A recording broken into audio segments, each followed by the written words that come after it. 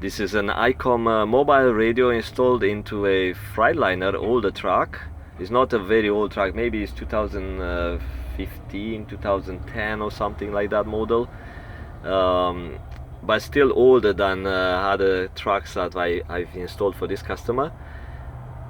And I decided to use this storage compartment, which is located below the radio, the FM radio. And I'm recording this video to suggest not to use that compartment. Even the radio installation looks better being installed there, but probably you could have an easier life if you install the radio on the right hand side beside the driver right knee. So you just drilled some screws into this plastic here, run the power cable. You can drill even a hole here to run the power cable, or you can run a harness down, then get to the fuse panel. There are different methods to install the radio.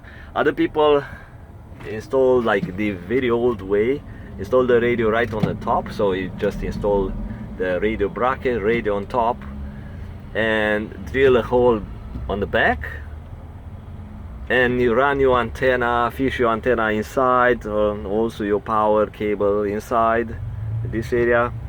And of course you run the antenna, you remove this trim, you go up and left, and you go behind somewhere and you install a bracket for the antenna. So it might take you some time to fish this cable behind these panels, because they are one wall is double behind.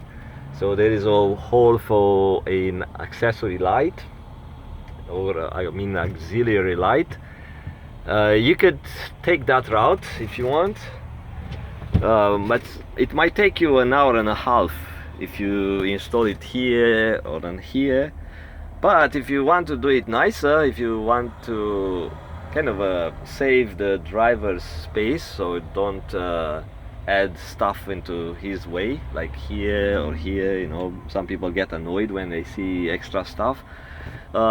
It might take you a little bit longer if you use this area, this storage compartment.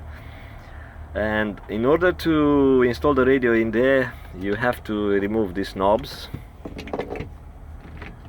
this panel, which is being secured with some sort of a Torx type of screws, like regular screws that you find in all the Freightliner. And also other screws right here. So you remove those, you remove the screws that are holding this pneumatic system for the trailer. So you take this one out, you take this one out, right? Then once you take the whole assembly out, of course you have to take the dashboard, the cluster panel, because it's on top of this